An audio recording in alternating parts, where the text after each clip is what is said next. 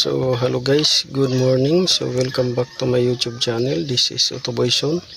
So mayroon tayong dinadiagnose, troubleshoot at repair itong Nissan Sefiro. So ang problema nito guys ay pag nagpreno ka, naninigas yung pedal.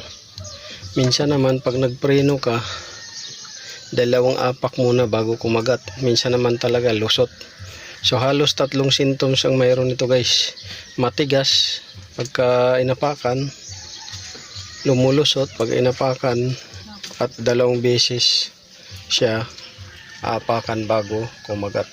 So yun yung inaano natin, troubleshoot. So tatanggalin natin ngayon yung brake booster. Yun yung tatanggalin natin. So yan guys, natanggal na natin yung brake booster dyan. Wala nang brake booster. Tinanggal na natin yun. Wala na. Tapos yan yung mga tornilyo.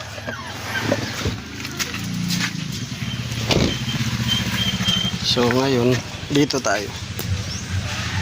So yan, tanggal na rin dyan yung brake booster. Oo, brake booster or yung tinatawag nilang hydrovac minsan. Excuse. So, yan.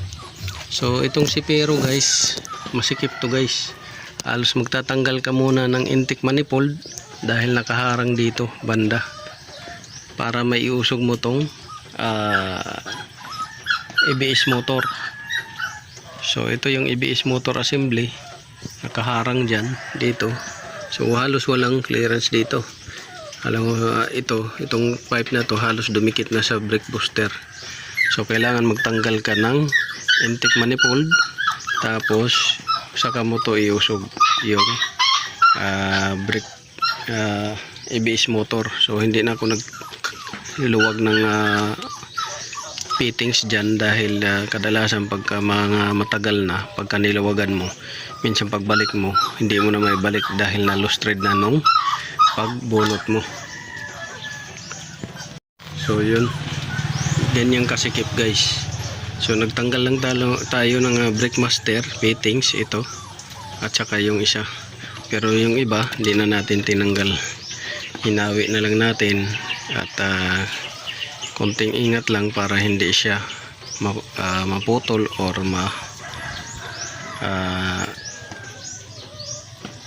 bingkong or baluktot ng husto na masanhi ng leaking. So yun, yan yung butas ng brake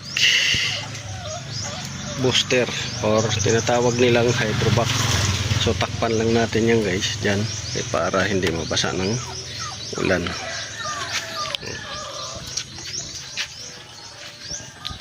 So nandito na yung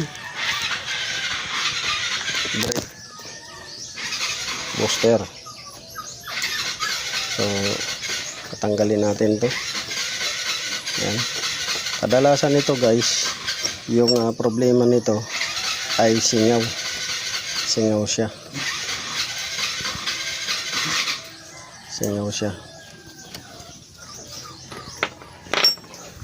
Singaw dito at minsan naman dito singaw dito sa labi. Ito labi nito, singaw dyan at saka dito. So check natin kung kaya natin i-repair. So ayan guys, atin ang niremedyuhan, ni-repair up dito. Atin ang nilinisan. Yan, malinis na yan yung paglalapatan. Tapos dito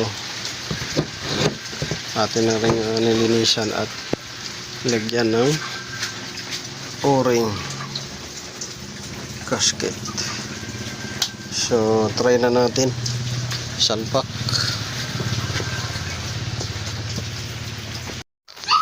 Aircon at saka leaking. So may issue din to guys sa preno. May issue rin sa preno. So ang ginawa natin ay binuksan natin yung hydrovac. Tinanggal natin at binuksan natin.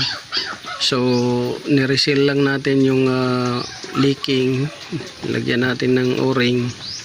Tapos ngayon ay okay na siya, pumipreno na siya, pero may diferensya siya kasi yung ABS niya, ito yung ABS na wire para matrace natin kung umiilaw or gumagana yung motor. Ito yun. So may problema sa ABS, hindi nagre-response yung ABS ngayon, kaya matigas. Ngayon itong hydrovac okay na, ni-repair na natin. So mayroon tayong existing na garden hose dyan dahil sinubukan natin na air test. So far okay naman siya ngayon. Ang problema lang niya ABS, kaya tumitigas yung preno.